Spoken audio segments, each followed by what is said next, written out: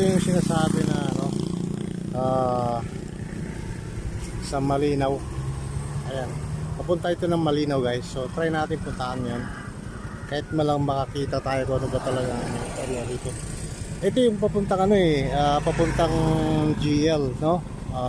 Cloud9. Yan, dito na itong road na to, tapos ito yung Malinaw. So puntahan natin guys. Magkatabi lang ito yung po yung Daco Island. Ayan, tapos yung Guyam Island ando dun po, tapos Gil nandun. So ito sa tapat po tayo niya, nasa beach tayo ngayon. Ito yung makikita natin guys, may mga cottages dito. Tapos ayun, around 10 o'clock in the morning, low tide pa siya.